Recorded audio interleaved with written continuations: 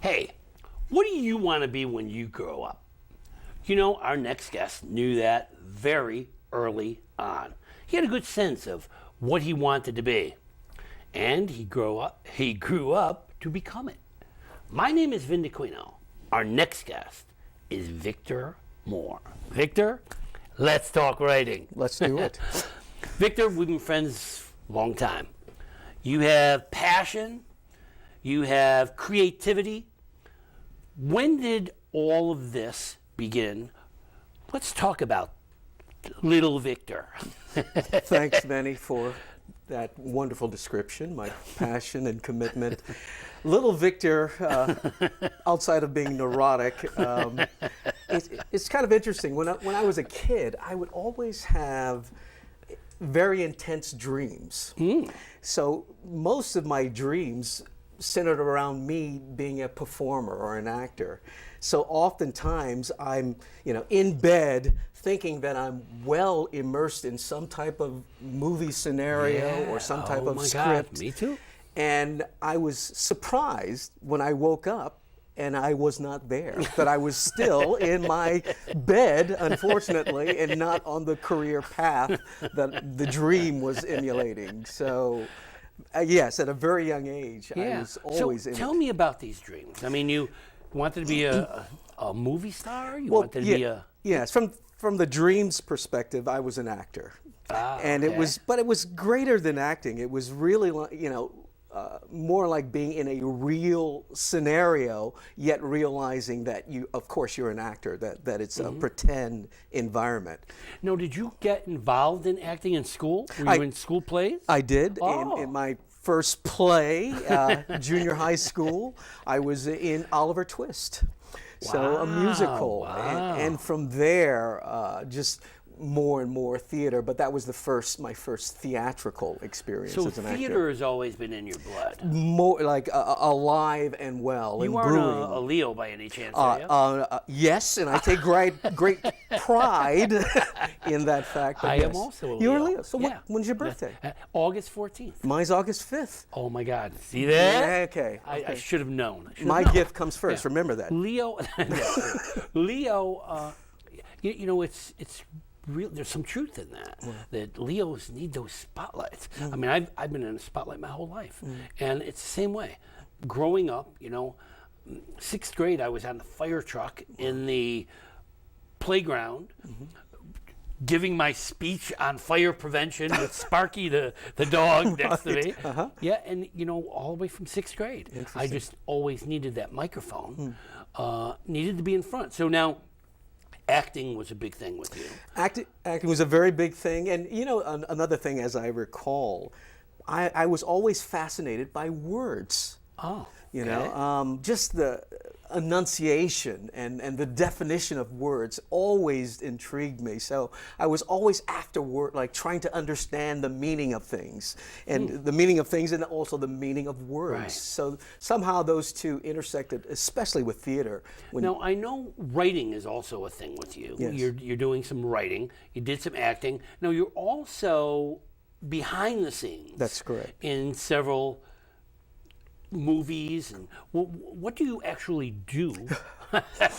I mean, every time I see you, we're just talking, but you must do something to put bread on the table. But isn't being human enough? That's enough. Geez, It's been enough for me. Other than that, quite a variety of things. And I think we're in the age where you need to have diversity. Like to have one skill will probably not, put the food on the table. Right. So for me, I've done things from producing cable television commercials, which is a lot of writing involved when you're addressing a shop owner and trying to... People sometimes forget that writing is such an important part of so many different careers. So writing has been a big part of yours as well. Yes. And commercials. You wrote the commercials? Wrote the commercials, Oh, wow. storyboarded them. You know, it's a matter of going into the shop owners and really getting the essence of what their businesses are all about. And to me, you know, since I've been on both sides, you know, understanding the acting perspective, it gives me a very unique perspective to try to bring something out of a shop owner who's going to do a commercial for the very first time, to help them to understand what they, you know, the techniques of acting and enunciation. And So that's a part of it. What you do is you do commercials for businesses That's to correct. help promote the business. That's So correct. you have to actually write the commercial. And then you direct it as well? That's right. I Wow. write Wow, it, you're a direct one-man it, show. edited, put the music. I have some Wow. music Yeah, experience. I've seen some of your work. You did a wonderful film for the Mahopac Writers Group. And I was amazed at how you were able to put it all together and get the essence of the message. Well, thanks, Vinny. And it's kind of interesting with my background, the different areas that I've worked. It kind of gives me a kind of a unique perspective where I can. I think from life experiences, it helps in so many ways. Of course, with filmmaking and writing, the more wealth of experiences that you have, you can probably create something, you know, more unique and something more special just based on your life experiences. Let's talk about the experiences that brought you where you are today. How did you learn? I mean, you need to know sound, you need to know camera, you need to know a whole lot of things, lights, everything. How did you learn these things? Did they just come to you? Pursuit. I mean, it's kind of again an interesting course. After high school, I was in music. I was a musician that toured the country, which just even that unto itself. What did you play? I played bass, bass guitar in a wow. pop band that traveled around a bit. A lot of colleges we played in. So that's a little bit of the music background that I have. And eventually the music background kind of waned, and financially I got into studio production. So I landed a job in Manhattan where I got a chance to really oversee some of the top, you know, musicians and filmmakers in the world. Yes. Where I worked, we actually did music for films, film scores. Wow. So I had opportunities to work with from Neil Jordan, who Oscar winner of the Crying Game. We did a couple of projects, the music for Interview with the Vampire. Another film that he did was called The Butcher Boy. So we did those film scores. Had a great chance to work So with... you were up with the big boys. Well, up with the big boys. I even almost considered myself one of the big boys, but yes. Projects with Spike Lee, done Crooklyn and Clockers, a few, you know, major projects.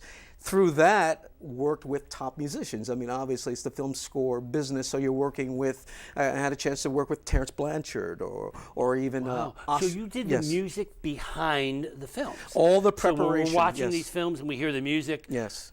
it was you in some of those. Well, not me literally, but at least yeah, we facilitated that. Yeah, Yes, yeah. absolutely. Wonderful experience. And, Wow.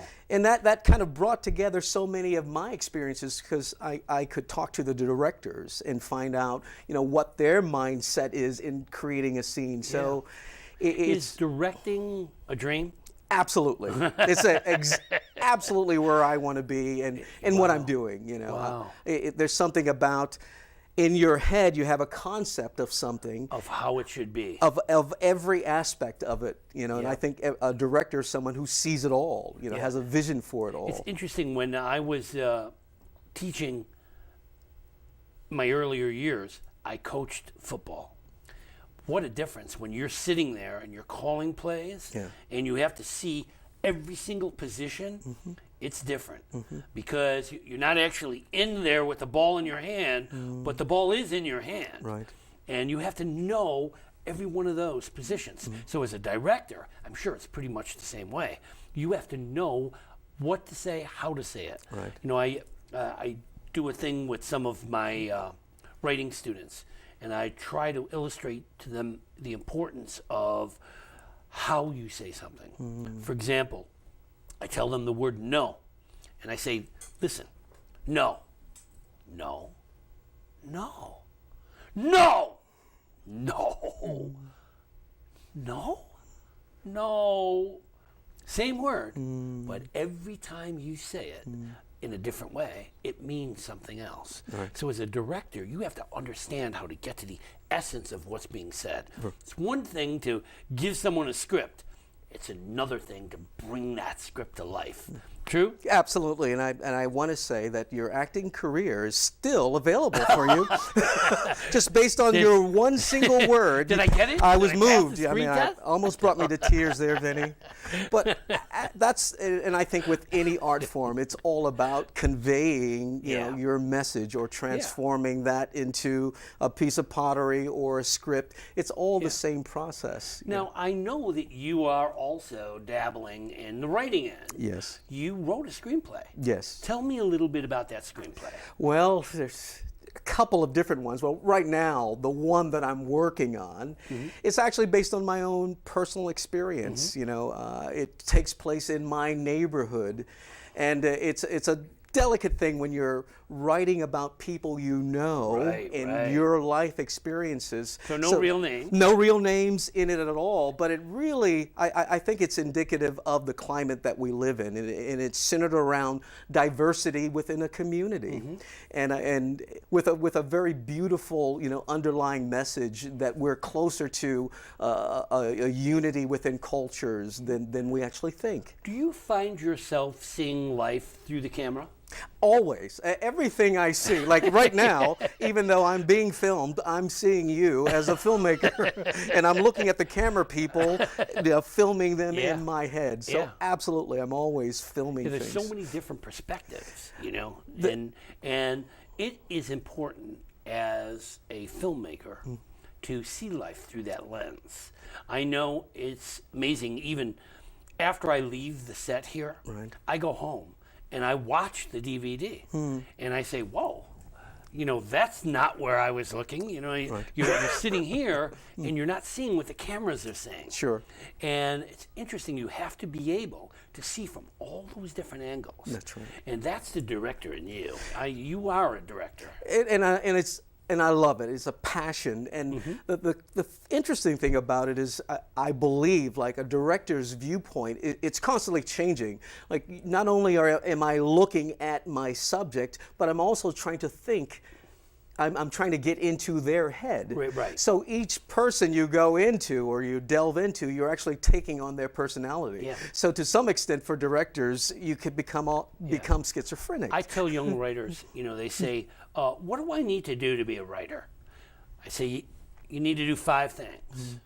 You need to see, smell, touch, feel. You need to hear. You need to taste. Yes. You need those senses. And every day you have to go around and have a camera in your head. Watch people. Watch what people do. Watch how they act. Watch how they react. It's amazing to see how people complain, you know, these people are so grumpy. And I like to say, you know what? Because you are. They're not acting, they're reacting to the way you are. And sometimes we have to remember that, you know, and you have to be able to understand what it's like to be on both sides of every argument, both sides of every kiss. Yes. You have to know emotion. You have to know people. So tell me about the emotions and the themes and the underlying message in your screenplay. Well, the underlying message, you know, as I said before, has to do with that this particular play, it's dealing with cultural diversity. Ah, okay. You know, so the underlying message is, even though we have this diversity from a variety of beliefs that we may have, that the bottom line is we have more common elements than we think. You know, even the most simplistic thing, we're all human beings. We all have basic desires and needs. Those things outnumber. We all get born and we all die. We all do that. You know, absolutely. And it's an analyzation of really looking at the essence of our lives, and we'll see that again, the diversities or the things that separate us are so minuscule. They're very small. When I did Kiss the Candy Days Goodbye, one of the underlying themes, you know, this young boy, he's a 12-year-old boy who gets diabetes. And he goes finally through a series of symptoms, and ends up in the hospital. The doctor says, Jimmy, you have diabetes, and your life is going to change. He said, I don't want to. She said, well, Jimmy, you have to. This is something that was chosen for you. He said, I don't want to be different. She said, listen, Jimmy, everybody is different. It's how you wear that difference that will make the difference in your life. There's a big difference in being different and being unique. You have to wear that difference in a special way. And I think you, from what I know of you, capture that at just about every day. It's how to be the right kind of different, to make something of your difference. So your screenplay, Yes. when it ends, does he win or lose? Everybody wins. Everybody wins. I like There that are guy. no losers in I life. like that guy. No, and I think it's a reflection of today. I mean, even though there's so much troubles in various environments, but there's so much opportunity for betterment and development. So I'm very hopeful, very optimistic. We had a wonderful guest on a previous show, Jeff Edrick, who is a poet, and he was talking to us about what is life. What is life? Oh my gosh! What are you trying to capture about life in your films? If you were to create the film, and people get up and they walk out and they go, oh my God, what a wonderful film, and someone says, yeah, what did you get out of it? What would that answer be to make Victor Moore say yes?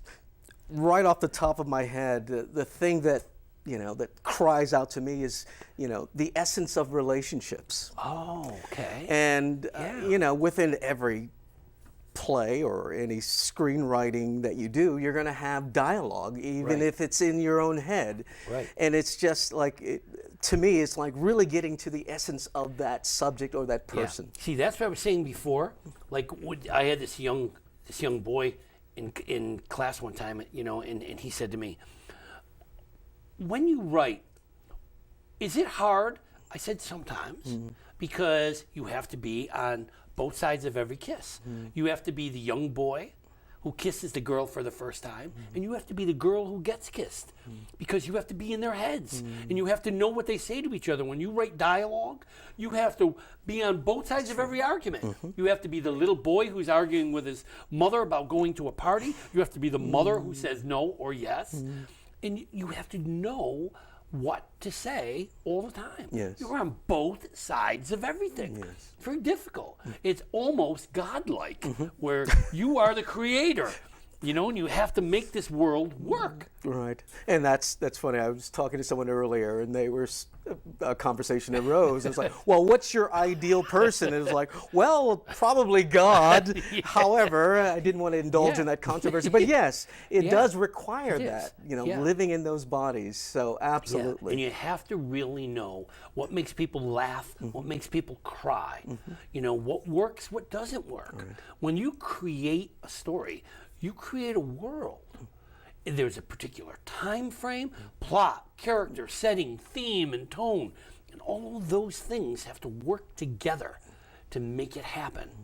So for you, it's not only what happens on screen, it's what happens in your head in creating it. Yes. Now, is there a difference from the screenplay to the camera? Do you actually see, when you write a screenplay, what the actors are doing in your head? Absolutely.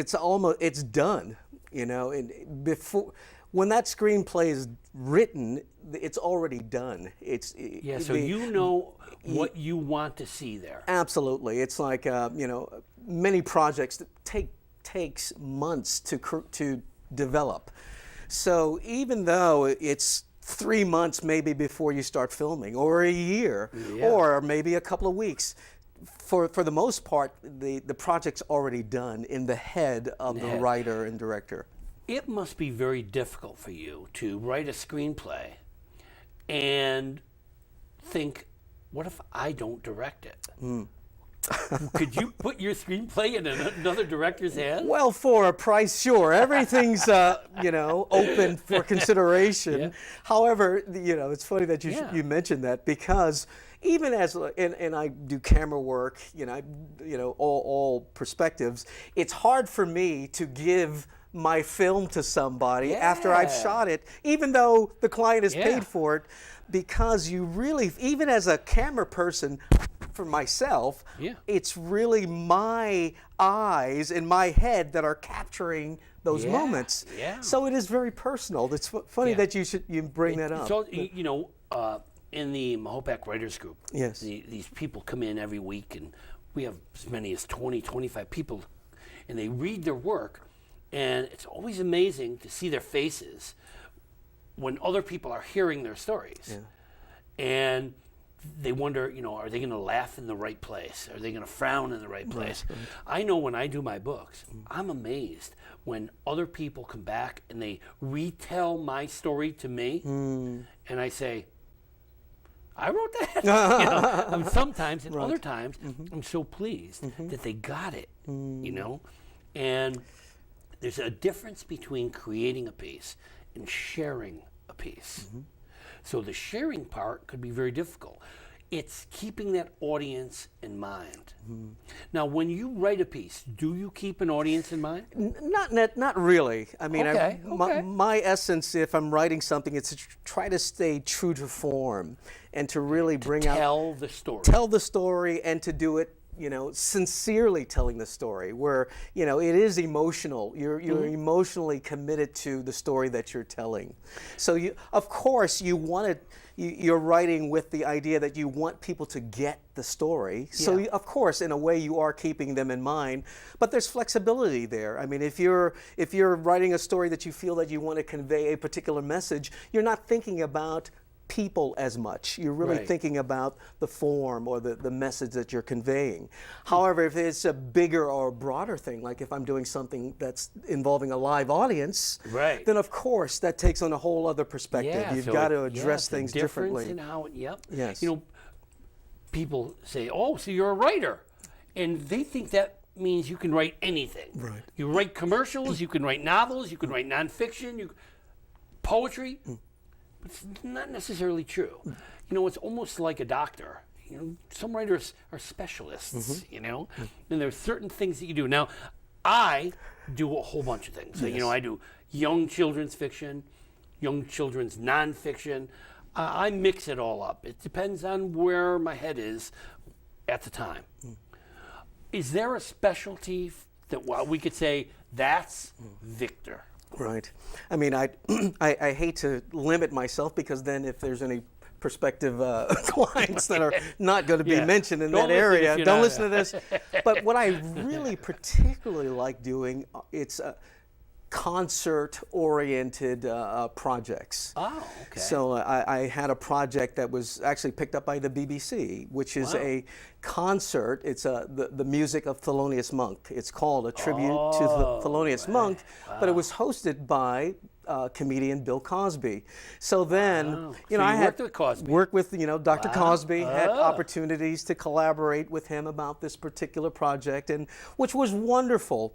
And my greatest moment was when Dr. Cosby said to me, "Okay, Victor, I'll do whatever you want me to do." To me, oh my God. like, wow, what an endorsement. That would freak me out. I hold him in the highest. I mean, he really is wonderful, artist of artists. Wonderful experience. Brilliant. So coupling what it was a concert, obviously of a variety of bands playing, and Dr. Cosby was the host. So now you're integrating a well-known actor, comedian with musicians, which I have a background in music, and then trying to make everything flow naturally in with this configuration. So to me, music and words and sound and movement and lighting, the lighting and everything, to me that gives me the greatest joy when it all comes together. That way. Oh my God. Yes. Because so many other people rely on, or the piece relies on so many other people. That's right. Everyone has to be doing the right thing at the right time. That would blow my mind. But then, if you have the experience, in those diverse areas, then you can carry the project through. And that's the upside with my limited life experiences. I've been around so many events where I wasn't the director, and learning, lighting techniques. Yeah, watching the director. And watching, learning the camera techniques. There must be a technique in how you talk to people too. I mean, you can't say, "Hey, that's awful. Don't say it that way. Say it this way." Right. I mean, you have to know. You have to be tactful. Right. I always learned that being tactful means being able to tell somebody where they can go in such a way that they enjoy the trip. So you have to be. Yes. Sometimes there's things you wish you didn't have to say, but you have to, right? And it's a fine balance. I mean, obviously, when you're talking to a technician compared to talking to talent, I mean, you distinguish, your, way that you're going to present those words. So absolutely, the life experiences will only guide you through, how to address people. All right, so Victor, here's the big question. Where is Victor going to be 10 years from now? 10 years from now? Gosh, let's see. Well, directing major feature films, okay, that can, emulate or bring out that essence of what I really want to see, relationships. So I would say, for me, feature film directing, that's the direction that I'm heading into. Yes. And what about writing a film? You're gonna write a movie? Absolutely. It would be a feature film that I had written. And directed. Oh, absolutely. Oh, man, and starred in, of well, course. I do want to limit, because I don't want people to feel too, limited in their abilities. Yeah. But definitely writing it and directing it, without a doubt. Okay. So the acting went to the wayside a little bit? To some extent, yes. Though I do feel that I could have a career in acting, and and it's something that I gave up purposely. What would be the ideal acting role? Oh my for gosh, you? probably. When I was in college, I did an Ayn Rand play, and she only wrote one play. Wow, so, Night of January 16th, and it was a play that took place in a courtroom, and the whole play is the end of the play. The 5 or 12 jury members are picked from the audience, and then they actually judge, or give the verdict at the end of the play. In that play, I played a lawyer. Oh, then I'm not surprised. a lawyer that interacted very closely with the audience. Like, we would come up to the audience and interact with them. So yes, a lawyer with interaction. Well, Victor, I'm going to be the jury. Yes. I'm going to tell you that I find you creative, talented, and a wonderful guest. My goodness. With that endorsement, 10 years, maybe 5 years I'll be doing those feature films. Maybe even 4 days. Maybe 4 years. Thank you so much, Vinny. Victor, what a pleasure to have you here. You're a wonderful guest. I could do this all day. No, I know. Is this over?